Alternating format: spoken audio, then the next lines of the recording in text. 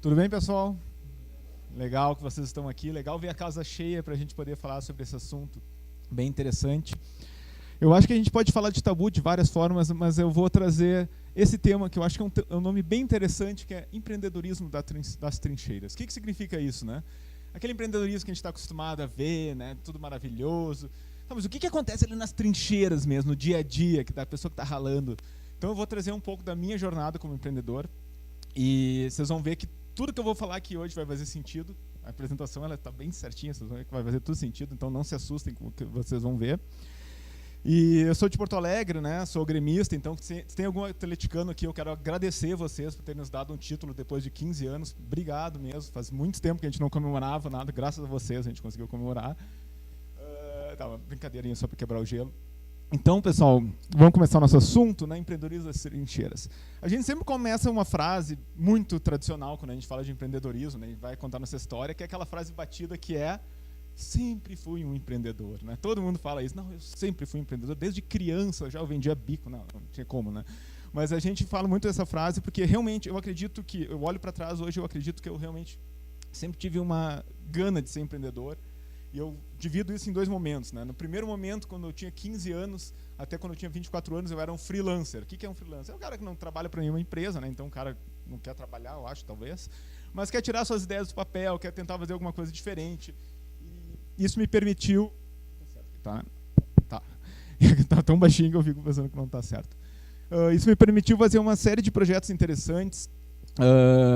Eu acho que a maioria daqui é jovem, mas ninguém aqui lembra o que era uma BBS, por exemplo, né? Ninguém nunca ouviu falar, ok, isso aí, assim, tem internet, tem antes da internet, tipo assim, Cristo e antes de Cristo. Então é antes de Cristo, praticamente, antes da internet, eram as BBS, que tu acessava o computador do outro. Então com 15 anos eu criei a minha primeira lá, consegui ganhar um dinheirinho fazendo isso, foi muito legal aquele momento. Em 98, quando eu tinha daí 18 anos, eu deixo bem claro isso, eu ganhei dinheiro fazendo um assunto muito interessante, que vocês devem imaginar qual. Eu falei que eu tinha 18 anos, né? Eu vou falar palavrão, enfim, eu ganhei dinheiro com putaria, é verdade.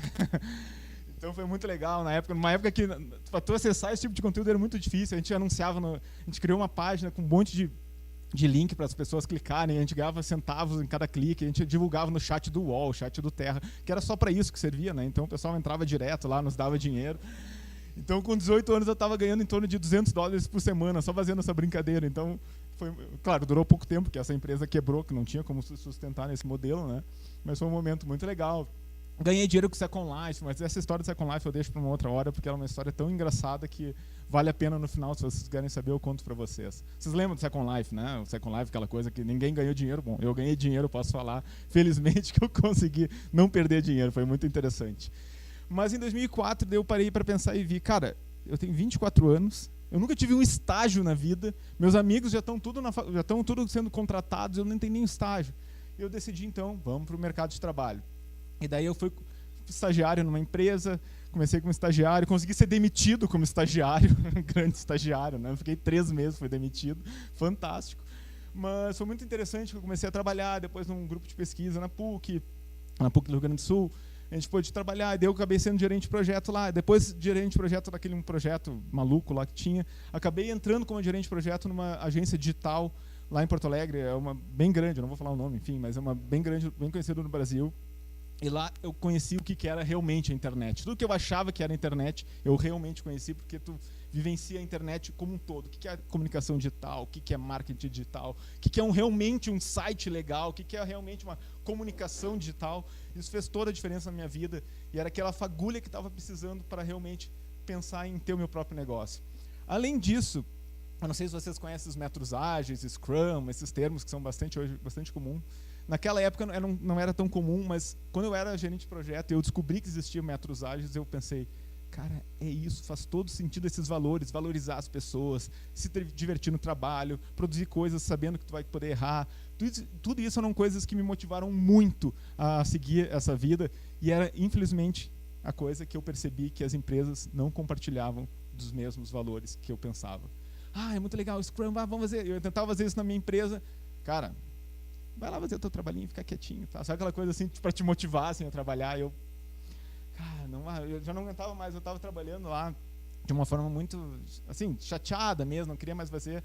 Cara, vou abrir meu negócio, vou mostrar que a gente pode, sim, criar uma empresa a partir dos valores que a gente acredita, a partir de um modelo de trabalho que eu acredito que seja interessante, onde as pessoas realmente gostam de trabalhar, a gente produza coisas legais e, ao mesmo tempo, se divirta.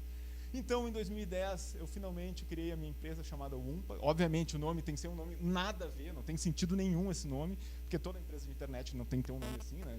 Não faz sentido nenhum. Então, eu também, para entrar nessa época de startup, eu criei a Wumpa. E a gente criou a empresa, eu falo já a gente, porque eu já incluo meus 2 funcionários que eu contratei na época. Eu contratei essa empresa com um dos principais motivos de eu ter criado essa empresa foi esse. A gente queria inspirar as pessoas. O que a gente queria fazer com isso? Não apenas ter uma empresa, ser uma empresa legal, fazer que a gente faz as coisas, mas a gente queria mostrar para as pessoas que também era possível empreender e botar teus valores, botar tuas ideias, criar coisas legais de uma maneira diferente do que a gente estava vendo no mercado. E como é que a gente fazia isso, né? A gente tinha várias premissas que a gente seguia. Primeiro, compartilhar. A gente compartilhava tudo. A gente tinha um blog da nossa empresa, que não era um blog só que falava de coisas legais. A gente falava de coisas ruins, a gente falava do nosso dia a dia. Eu botava meus 2 funcionários para escrever também. Cara, escreve o que tu está pensando hoje, o que tu está se sentindo hoje. Porque a gente queria passar para as pessoas como é que era, como se fosse um diário de uma empresa que está começando. Quais são as dificuldades, quais são as oportunidades, o que está acontecendo. E foi um momento muito legal da gente. A gente compartilhou bastante experiência, conheceu bastante gente fazendo isso. A gente tinha um podcast, a gente tinha os videocasts que a gente gravava ensinando alguma coisa durante 5 minutos, falando sobre qualquer assunto que a gente divulgava, que era uma forma de justamente não só movimentar a comunidade, nos tornar conhecidos, talvez, por isso, mas também repassar um pouco desse conhecimento que a gente estava adquirindo. Era um momento muito legal que a gente fazia e era uma coisa que dava muito certo. O podcast, na verdade, a gente teve bastante acesso, o pessoal gostava muito de escutar, ele teve 9 episódios só, mas foi muito legal, a gente conseguiu entrevistar bastante gente também. E principalmente, né, a premissa básica, trabalhar e se divertir. Era a coisa que a gente tinha em mente. Cara, tu tem que ter tesão para acordar e vir trabalhar aqui com a gente. Então, olha só como é que era a nossa equipe. Nossa equipe tinha 4 funcionários, né? Vocês podem ver 3 humanos e um cachorro, que era a Bunny, meu cachorro, meu labrador, que era o plus, né, que a gente tinha na empresa. A empresa era numa salinha do lado da minha garagem, lá eu morava com meus pais na época ainda. Então era um momento muito legal, assim. Eu estava naquela dúvida, sai de casa, não sai de casa. Não, eu vou ficar na casa dos meus pais, mas para poder criar minha empresa e não ter tanto custo.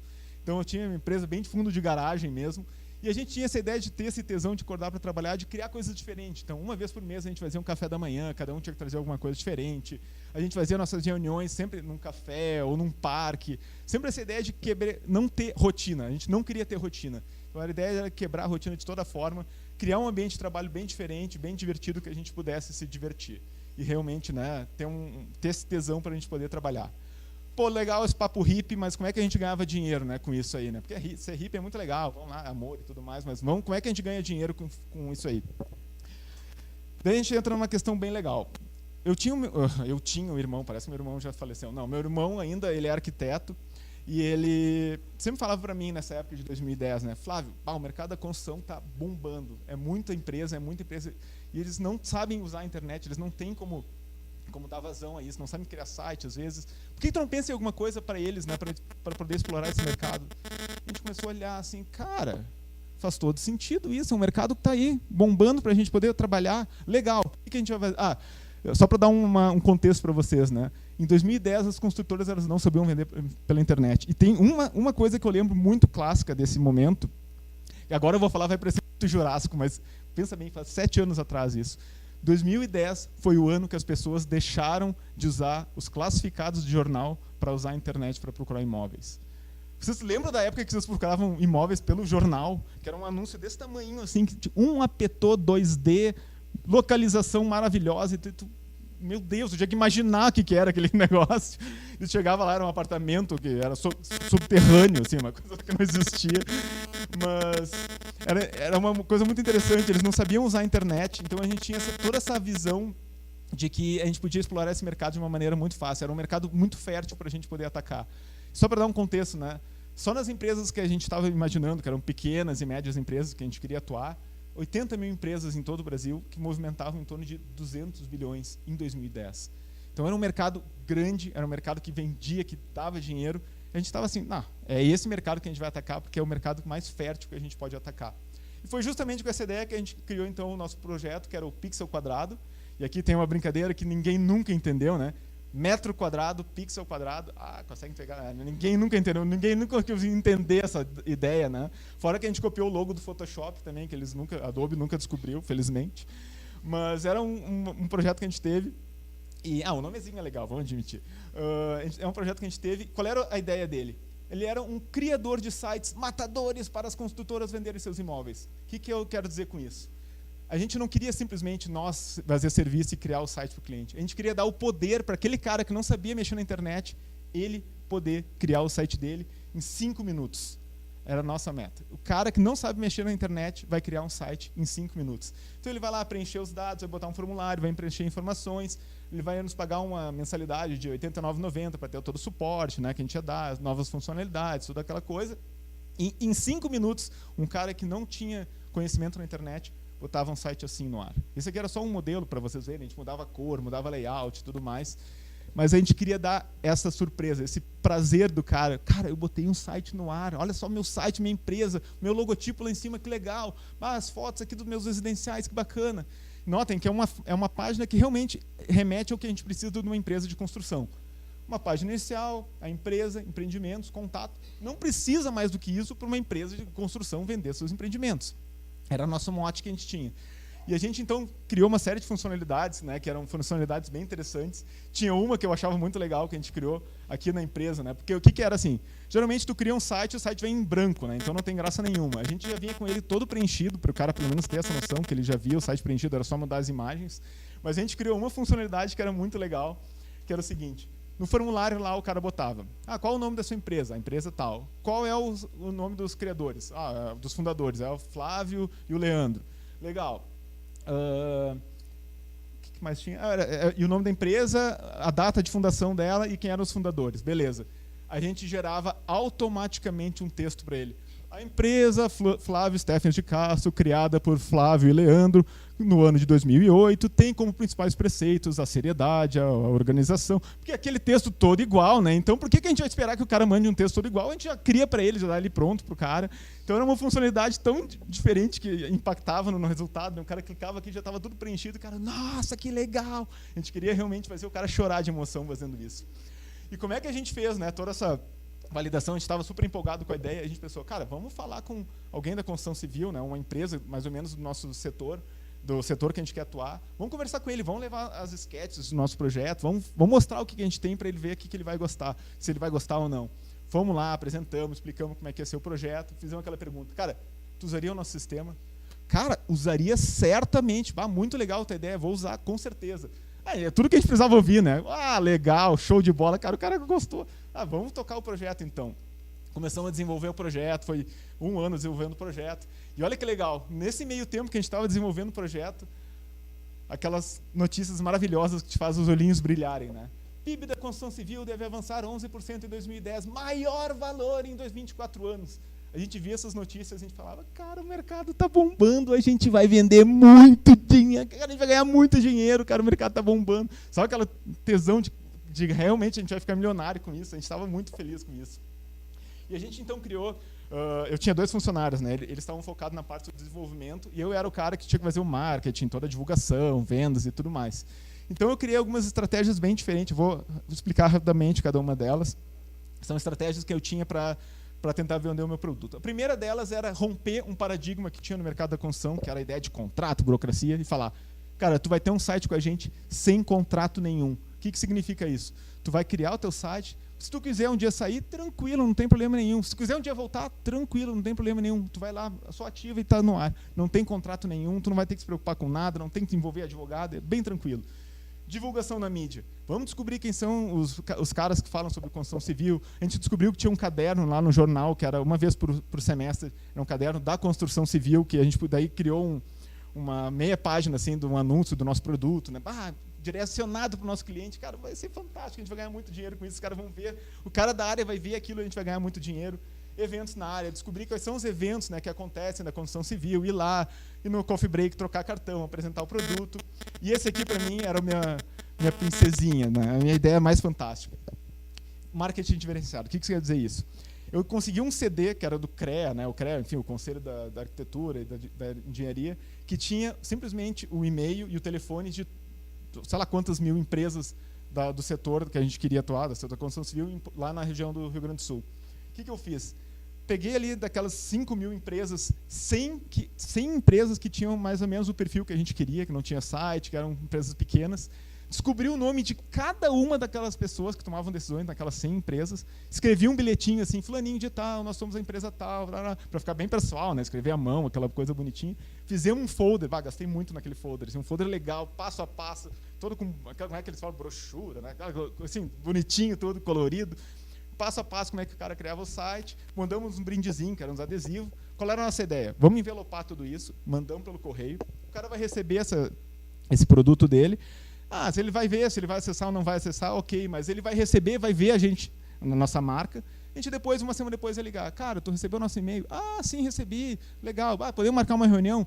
Tu já tinha uma abertura um pouco melhor do que simplesmente sair ligando telemarketing, né? Aquela coisa que o pessoal não gosta, o cara está almoçando, recebe, o que é isso?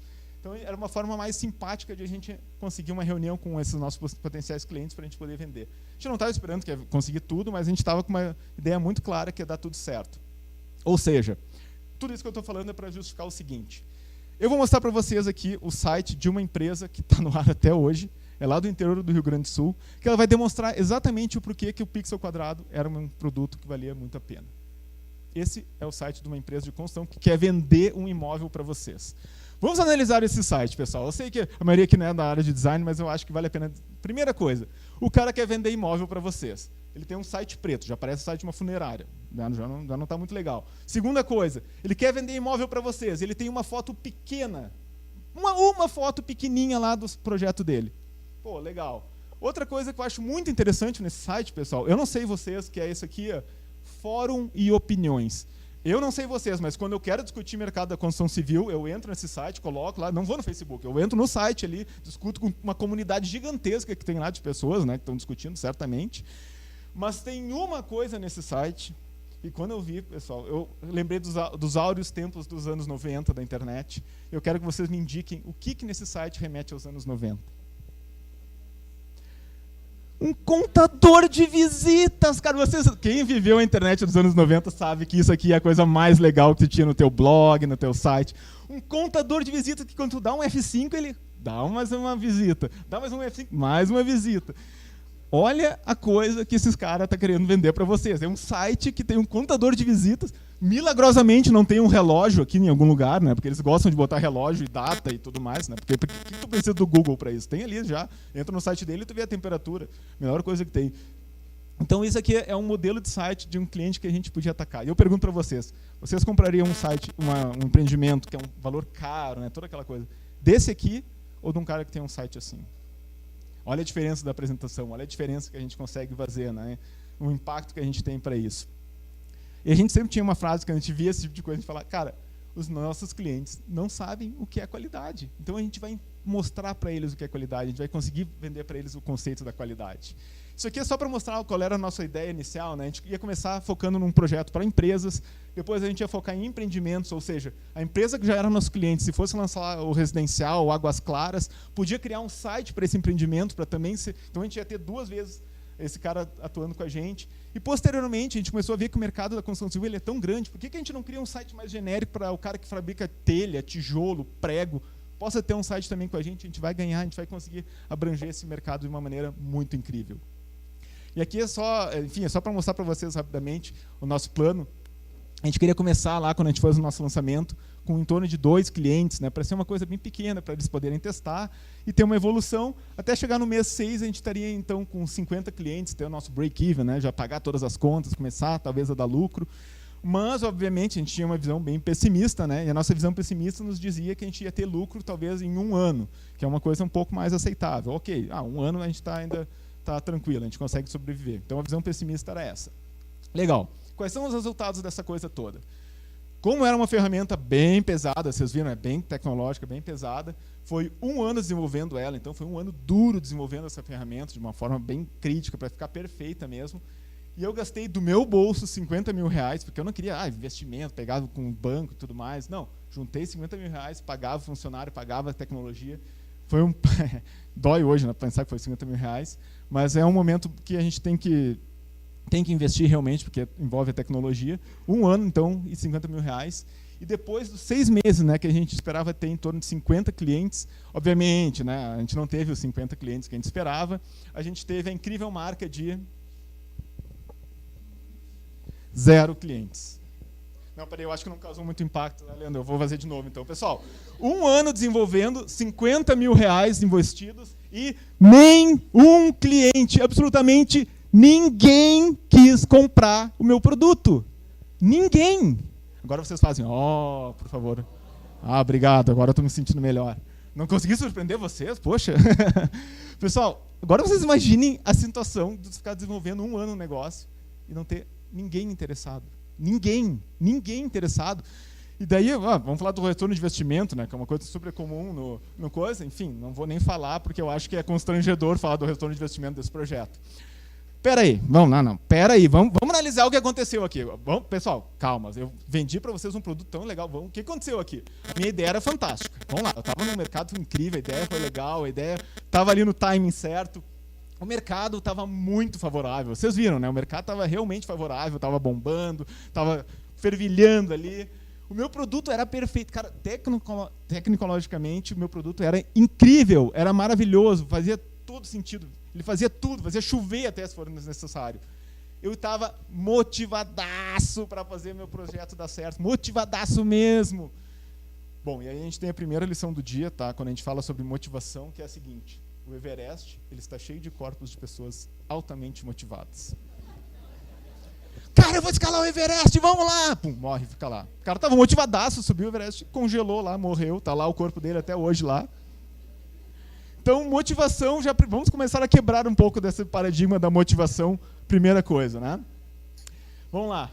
O que aconteceu afinal? Então, agora a gente vai fazer uma retrospectiva aqui. Eu vendi para vocês o produto, agora a gente vai olhar para trás o que aconteceu, né?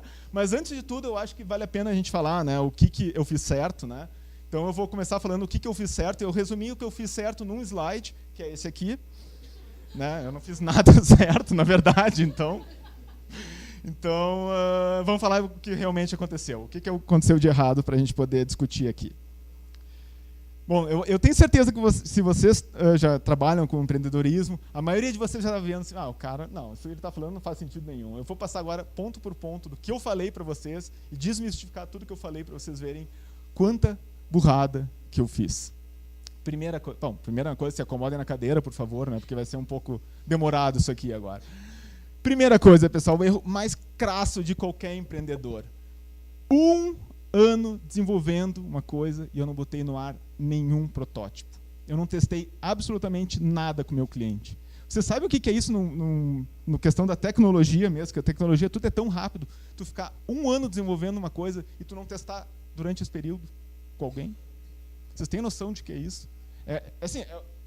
É o abismo, é simplesmente a chance da morte é altíssima. Tu fica 1 ano desenvolvendo uma coisa a partir de uma ideia que tu teve 1 ano atrás e quando tu vai botar, cara, tá, já tem o Wix hoje, por que eu preciso de um site desses, né? Então, não faz sentido nenhum, cara. O que a gente fala normalmente? Cara, vai fazer uma coisa dessas, quebra em vários passos, desenvolve durante 1 mês uma coisa, testa com o teu cliente. Não faz isso, por favor, nunca cometam esse erro. Nunca fiquem desenvolvendo um produto perfeito durante 1 ano para depois ver que não vai dar certo porque o cliente de vocês não vai querer. Vocês não testaram com o cliente para ver se ele realmente queria. Segunda coisa, perfeccionismo extremo. Vamos lá falar sobre perfeccionismo. Lembra que eu falei para vocês daquela funcionalidade, né, que tu botava lá o nome do fundador, vinha o texto bacana. Aquela funcionalidade nos custou 2 semanas para desenvolver. 2 semanas para desenvolver. Eu pergunto para vocês, qual é o valor que gerava para o cliente aquilo?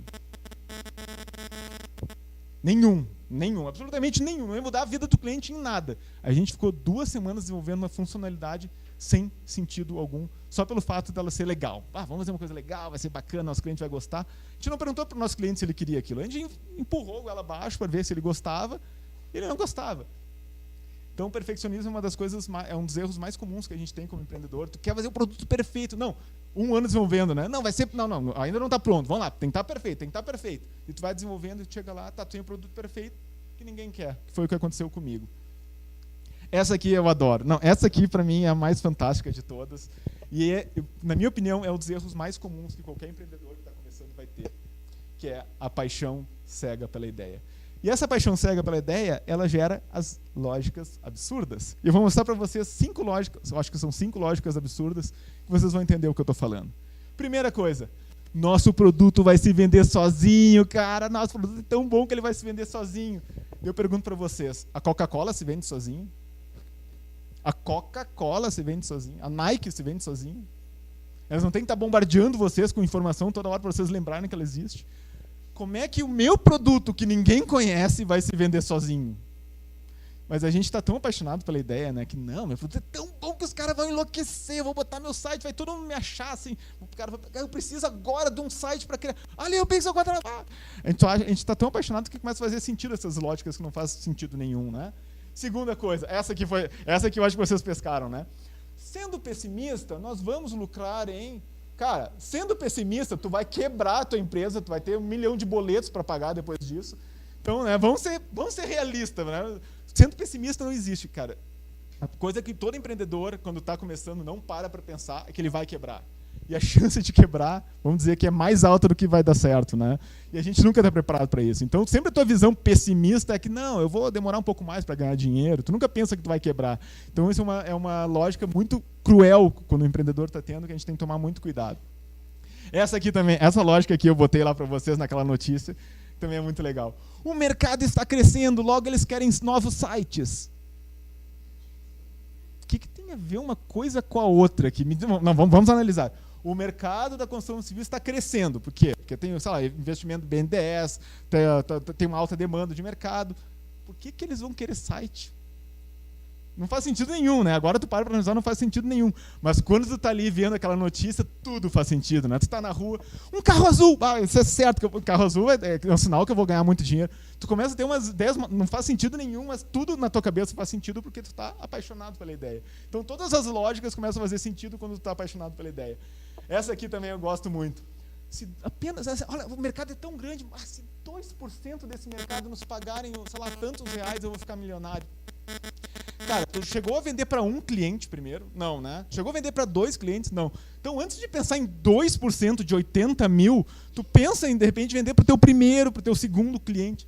Mas é que na hora que tu está desenvolvendo ali no papel, tudo faz sentido. O que é 2%, né, de 80 mil? Tu nem parar para pensar nas proporções, né? O que é 2%? 0,5%, então. Vamos lá, pessoal, 0,5%. Não faz sentido nenhum, cara. Tu tem que vender para o primeiro, para o segundo, para o terceiro, e aí tu vai pensar em se tu vai realmente vender para 2%. E a que eu gosto, a que eu mais gosto, essa aqui eu adoro. Essa é a típica do empreendedor. Acho que tu não entendeu bem minha ideia. O que é isso aí? Eu vou aqui falar para ti, olha, meu projeto, pixel quadrado e tal. E tu vai olhar para mim e vai falar assim, tá, Flávio, mas como é que tu vai fazer tal coisa? Não, é que tu não entendeu bem minha ideia, tá? Não, tu não é da área, desculpa, eu sei, tudo bem, não tem problema, tá? Tu faz aquela negação clássica, assim, não. A pessoa falou uma coisa que tu não tinha pensado, tu vai falar, não, é que tu não entendeu minha ideia. Não, deixa que eu sei o que eu estou fazendo, por favor. Eu sei, tá? Não tem problema. Então, essa é uma outra lógica muito cruel que a gente tem e as pessoas não se dão conta.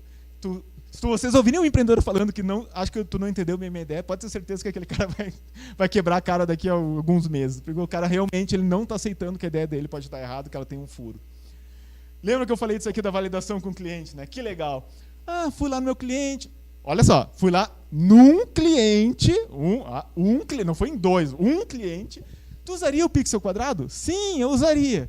A gente fizemos no sistema, fomos lá no cliente. Bom, tá aqui ele então, vamos acessar? Vamos usar. Pois é, cara, veja bem, eu não estou planejando gastar esse mês aqui.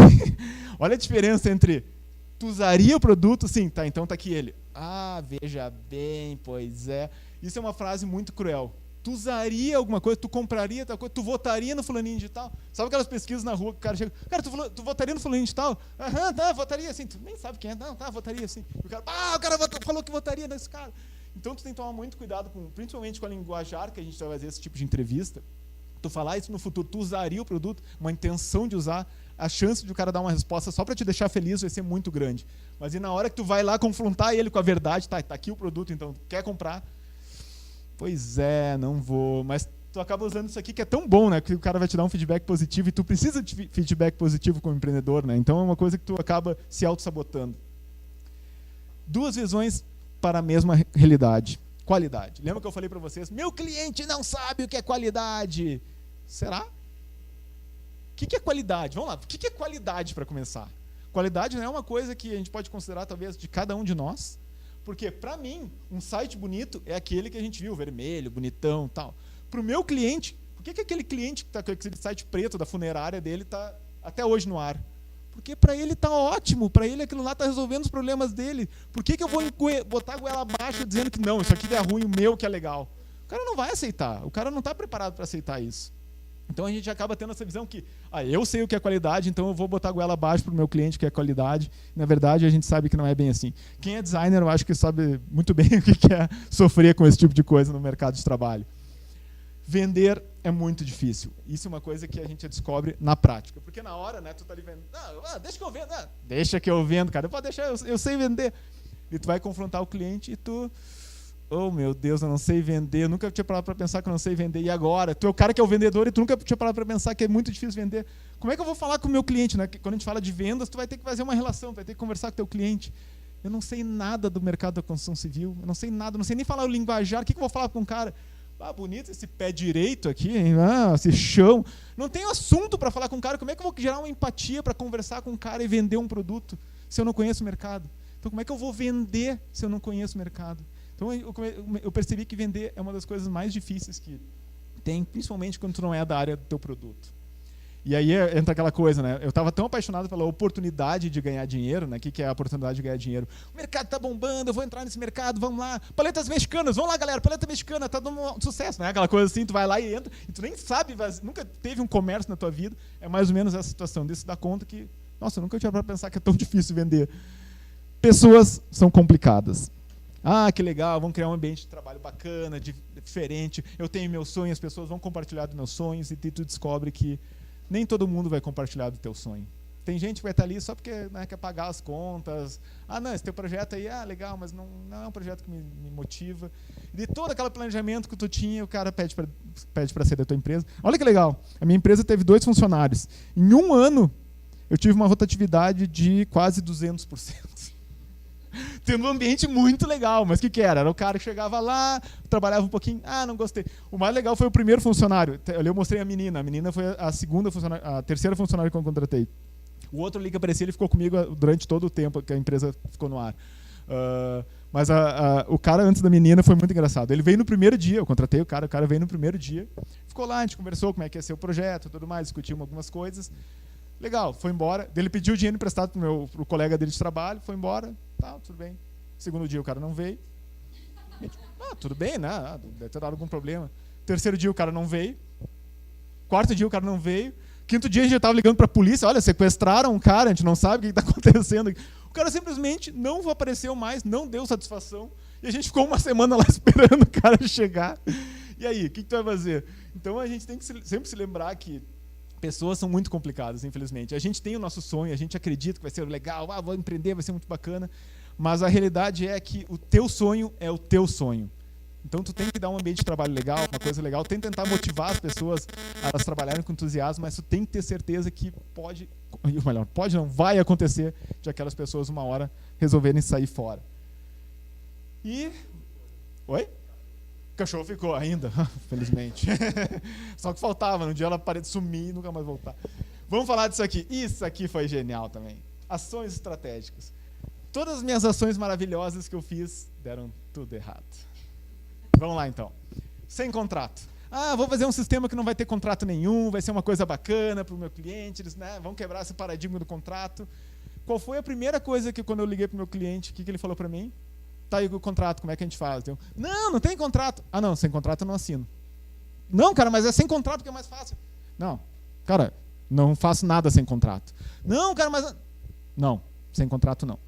Todo mundo que teve algum interesse queria contrato. Ou seja, acabou completamente toda a minha ideia de ser moderno e tal. Eu tentei ir contra a maré e eu vi que não ia dar. Não, todo mundo quer contrato, e aí, o que tu vai fazer, né? Divulgação na mídia. Pô, fantástico, vamos botar anúncio, vamos botar em colunista. Contratei um cara para fazer isso para mim. O cara botou em colunistas, assim, aqueles colunistas que ninguém lê, né? Depois tu descobre isso.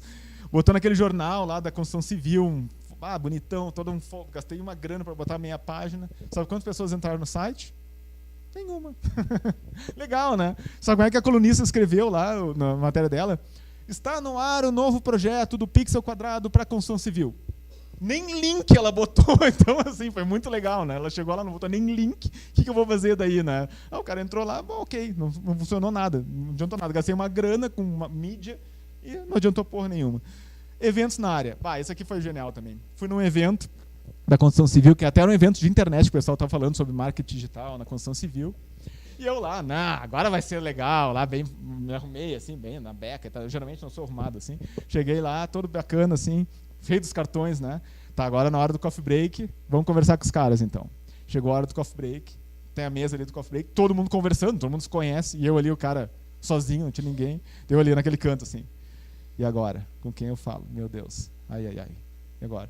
Assim, um se desgarrava do grupo para tentar pegar uma coisa, eu... Não, depois. Não, na próxima eu vou. Eu descobri que eu sou super tímido para esse tipo de coisa, né? Então foi uma coisa bem legal, tu descobrir isso na hora que tu tá fazendo isso. E daí aconteceu o seguinte, um cara deu assim, tá, não, agora eu vou. Flávio, desce cagão, vai lá, agora tu vai. Eu saí um cara lá bem faceiro, eu... Opa, tudo bom? Legal a palestra aqui, né, cara? Muito legal. Cara, o que tu faz? Eu sou advogado. Eu, puta, ainda o único cara que eu falo, o cara é advogado ainda. Tipo, nem isso eu tive sorte. Então, a ideia dos eventos, fracasso total também, descobri que eu sou muito tímido para fazer esse tipo de coisa, não ia adiantar. Marketing diferenciado. E aqui é a vida vindo e te dando um soco no estômago para dizer, cara, tu não vai empreender, né? Desiste, não vai ser um empreendedor. Lembra que eu falei para vocês, né? Fiz as cartinhas, todo aquele processo custoso, assim. Lembro até hoje, assim, uma pilha de carta que eu cheguei lá nos Correios. Quanto vai dar? R$250. Ai, R$250. Toma. Eu lembro até hoje, foi uma sexta-feira. Toda a minha ideia, todo o meu marketing diferenciado estava em volta dessas cartas, né? Que eles iam receber. Lembro até hoje, foi na sexta-feira que eu fui lá na agência da PUC, levei, paguei os R$250. Cheguei em casa animado, bom, semana que vem as coisas vão mudar. Segunda-feira vem a notícia que os Correios entraram em greve. E aí, o que tu faz? Me diz. Os Correios entraram... E foi uma greve, assim, eu acho que foi em 2011, isso. Foi uma greve assim, que durou, sei lá quantos meses. O desespero bateu, né? Daí tu começa, o que eu vou fazer agora, meu Deus do céu? Daí a gente começou a ligar. Oi, fulaninho, tudo bem? Aqui é o Flávio do Pixel Quadrado. Vocês receberam nosso material? Não. Daí tu já quebra completamente. Eu posso falar com o fulaninho de tal? Não, ele está numa reunião. Tá, ok. Daí tu liga para o outro. Oi, tudo bem? Aqui é do Pixel Quadrado. Daí tu descobre que todo mundo está fazendo uma reunião. Acho que está todo mundo se reunindo ao mesmo tempo, né? Porque tu nunca consegue passar da secretária para falar com as pessoas. E eu descobri uma outra coisa nesse processo também que eu gostei muito. Eu descobri que eu odeio falar no telefone. E qual era a minha estratégia de marketing? Falar no telefone, que legal. Chegou o ponto que eu estava ligando assim para os clientes, lá no, sei lá, 80º cliente, eu ligava pro cara. Não atende. Não, já tocou 2 vezes, o cara não atendeu, então ele não quer. Já estava me sabotando para realmente não ter que trabalhar. Por quê? Porque tu, no começo, lá, quando tu está planejando a tua empresa, né, tu pensa, vendas é comigo, ligar, vai deixar que eu falo com as pessoas. Tu nunca para pensar nas tuas próprias limitações, tu realmente tem capacidade de fazer isso, tu gosta de fazer isso. E é uma coisa que a gente para pensar e a gente descobre na prática, quando já está tarde demais, né? Infelizmente. Então, pessoal, o que aconteceu, como um resumo desse projeto aqui, é o seguinte. Todo problema tem uma solução, mas nem toda solução tem um problema. E o que a gente fez com o meu produto foi justamente isso. A gente criou uma solução incrível, maravilhosa, para um problema que não existia. Ninguém queria site, ninguém queria fazer site. Se eles queriam site, eles pediam para o sobrinho deles. Então, para que ir contra a maré? Por que criar uma solução incrível, magnífica, que simplesmente não resolvia problema nenhum? E daí tu acaba descobrindo isso de uma forma muito triste. Fracassei. O que vocês fariam? Vocês já pararam para pensar no momento que vocês vão fracassar? Vocês gastaram 1 ano da vida de vocês, R$50 mil. O que vocês fariam? Eu segui em frente, mas aí eu vou fazer um momento DR que é o sonho acabou. O sonho da alegria, hippie, né? Aquela coisa. Então acabou. Daí os boletos continuam chegando, né? Porque não adianta tu ligar, olha só a CE. A CE é a nossa de energia elétrica. Né? olha, eu não estou conseguindo vender, dá para segurar o boleto aí um pouquinho? Não, os caras estão te mandando boleto, tem que dar um jeito de pagar. Isso aqui é uma coisa triste, o lucro vira métrica de sobrevivência. O que é? A gente começou a fazer serviço, começamos a fazer site para pagar as contas, né? E eu lembro que eu fechei um site com uma empresa, a gente pagou, eu acho que era 10 mil reais o site. Eu, 10 mil reais, meu Deus, que legal, fiquei muito feliz da vida. A primeira coisa que eu pensei, cara, 10 mil reais, isso são 3 meses da empresa sobrevivendo. E tu para, cara, é para isso que eu estou realmente trabalhando, eu não tenho salário, eu vou realmente trabalhar para minha empresa sobreviver. Então, quando o lucro ele vira métrica de sobrevivência, é porque a coisa está começando a ficar errada. Como motivar a sua equipe se você mesmo está desmotivado? E olha que legal, eu tinha uma empresa que era na minha casa, ou seja, para eu chegar no meu escritório eu tinha que acordar, sair da minha cama, descer uma escada e eu estava na minha empresa. Eu estava tão desmotivado, eu tinha um funcionário que ele morava numa cidade tipo 40 quilômetros da minha, então ele pegava 3 ônibus para chegar em casa lá e fazer isso. Eu estava tão desmotivado que eu chegava depois do meu funcionário. Vocês sabem o que é chegar, o cara 50 quilômetros e eu 100 metros, ele chegava antes de mim. É para vocês notarem o que é o nível da desmotivação. Então, não tem mais diversão, não tem mais alegria, tudo começou a ruir. Mas, vocês acharam que ia ser só tristeza, né? Mas, como tem uma frase muito legal da Clarice Lispector, que eu acho que é bem incentivadora, que é a seguinte: com os limões que a vida joga, eu faço uma limonada. Obviamente não é da Clarice Lispector, mas como tudo que está na internet ou é da Clarice Lispector, ou é do Fernando Pessoa, ou do Arnaldo Jabor também, né? Ele fala bastante, então vamos deixar que a Clarice Lispector falou isso, eu acho que é uma frase bacana para ela. Toda essa experiência, pessoal, que eu tive, todas essas cicatrizes que eu tive nesse processo, me deu uma bagagem muito forte para criar o Bicharia. Alguém já ouviu falar do Bicharia aqui? Já? Alguém? Sempre tem alguém lá no fundo que eu pago para ajudar. Beleza, valeu. Pessoal, o Bicharia ele foi criado em 2012, a partir de uma ideia que a gente teve de realmente fazer aquelas ideias, vamos pensar em alguma coisa, a gente gosta de animais, vamos fazer alguma coisa para ajudar os animais. Tá, mas o quê? A gente começou a discutir. E bem nesse período estava começando no Brasil o conceito do crowdfunding, né? A gente, cara, esse modelo do crowdfunding é bacana, um modelo que tem tudo a ver com isso. Quem sabe a gente vai falar com o pessoal do Catarse, que um dos sócios era de Porto Alegre, vamos conversar com eles, ver o que eles acham da ideia. Os caras, cara, bacana, eu acho que a ideia da causa animal é uma coisa que tem tudo a ver, o pessoal das ONGs precisam de dinheiro, tem esse processo de doação, vai adiante, vamos ver o que acontece.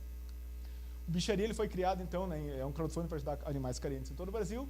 Ele foi criado, isso aqui foi a primeira página que a gente teve. Isso aqui foi uma ação que a gente fez, olha só que legal. Quem é que participou da ação? Aline, do BBB, não sei se vocês lembram.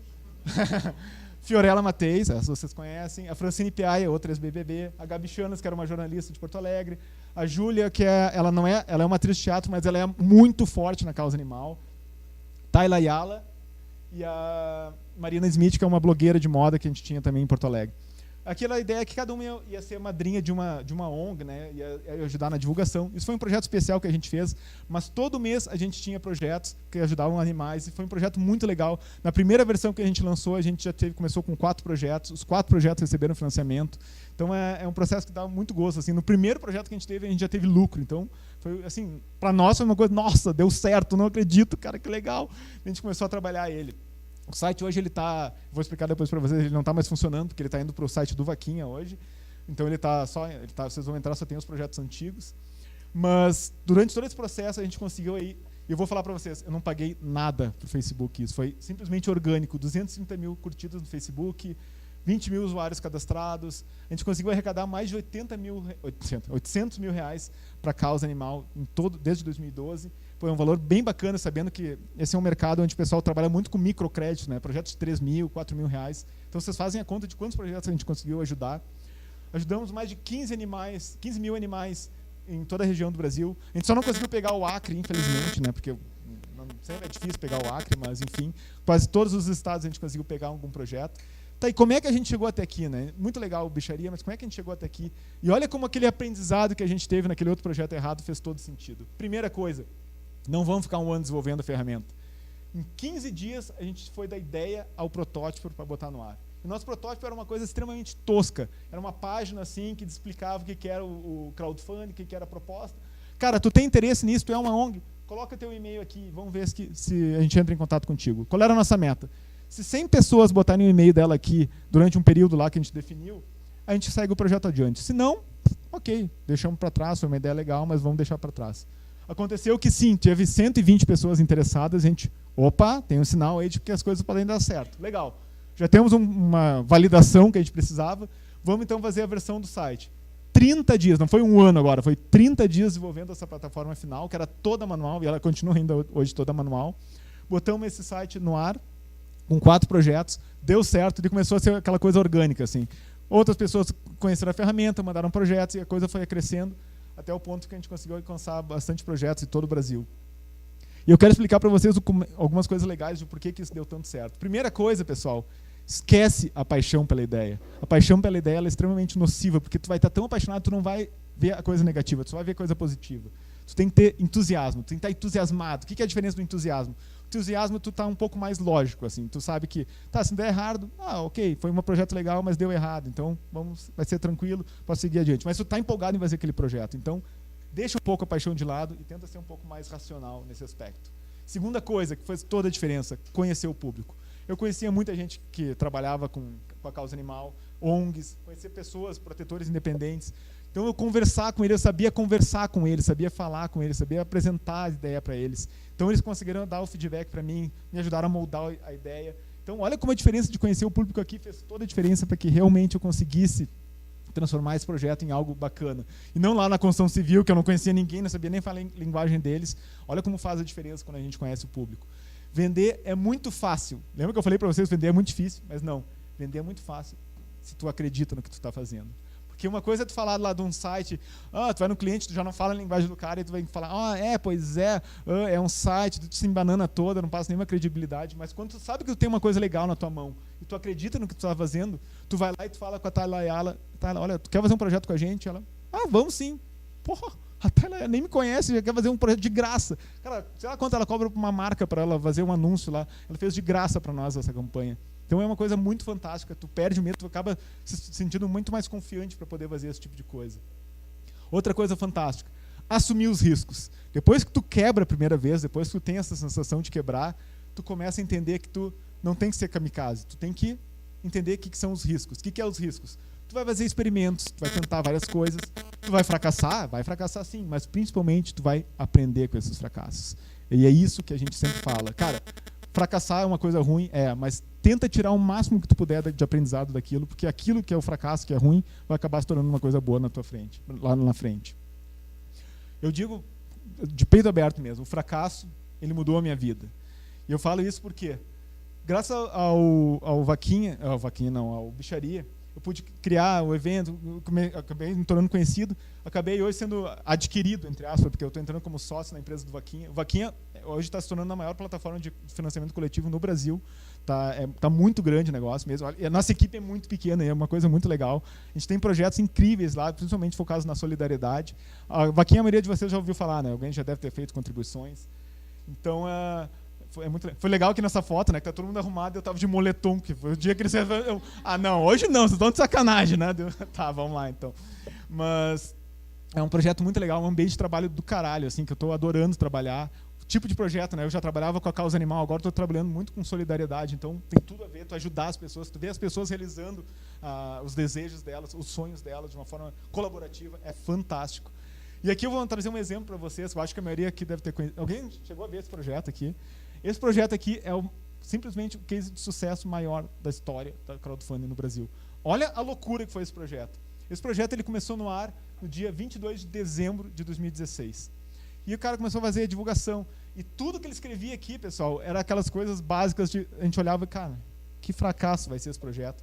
Lembra que eu falei para vocês, se 2% das pessoas comprassem, ele escreveu isso aqui, ó, se tivermos 37 mil pessoas para cada uma doar R$10, cara, não fala isso que ninguém vai doar desse jeito. Tu não tem vídeo, cara, o teu texto é horrível, tu não tem fotos e tal. A gente olhava essa campanha e vai ser um fracasso.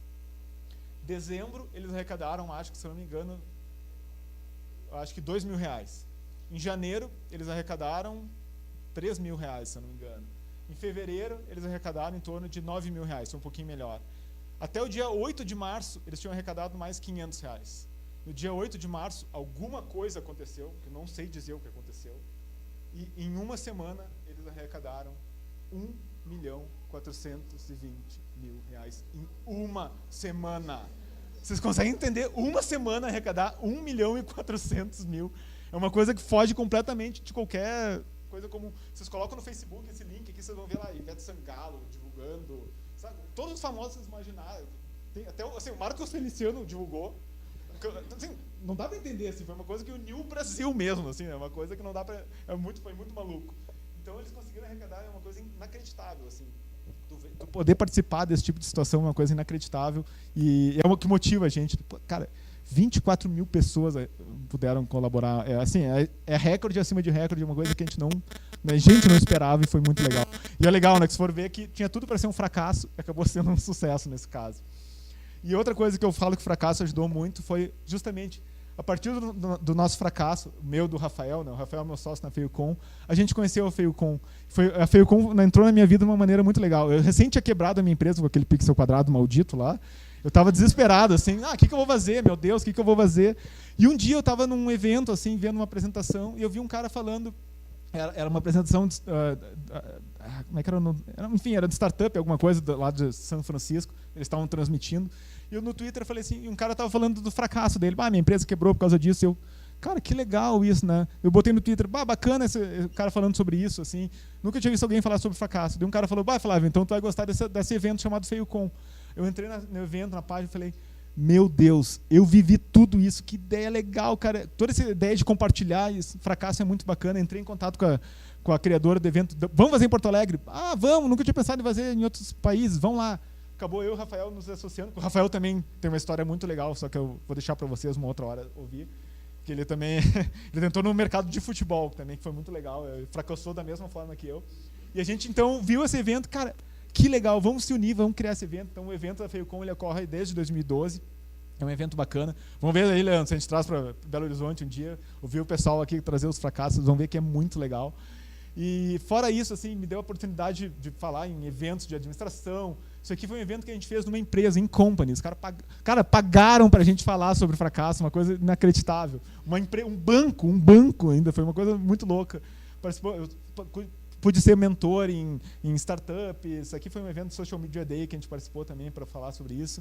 Então, eu digo, o fracasso ele mudou a minha vida justamente porque me deu essa guinada de conseguir entender que o fracasso ele pode ser positivo e melhor que isso. Compartilhar o fracasso é uma forma muito legal de inspirar também as outras pessoas. Eu espero que eu esteja conseguindo inspirar vocês hoje de alguma forma, porque ele ajuda a mudar muitos paradigmas que a gente tem.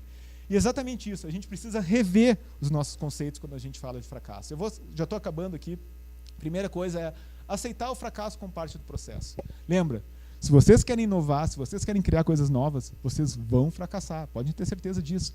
Mas é bom isso, vocês vão fracassar e vocês vão conseguir aprender com alguma coisa daquilo e vocês não vão cometer aquele mesmo erro, podem ter certeza. Quando vocês têm essa experiência de sofrer na pele o que vocês vivenciaram, vocês não vão repetir o mesmo erro. Vocês não são que nem o Homer que vão lá e fica toda hora dando martelada na cabeça. É justamente isso que a gente fala do fracasso. Se vocês vão inovar, vocês vão fracassar, mas vocês vão aprender. Então ele tem que ser parte do processo. A experiência é o maior ativo que a gente tem. Isso é uma das coisas muito importantes que a gente fala. Tudo que eu vivenciei, se vocês falarem para mim, Flávio, tu se arrepende de alguma coisa, eu vou falar, não. Pensa um pouco, não.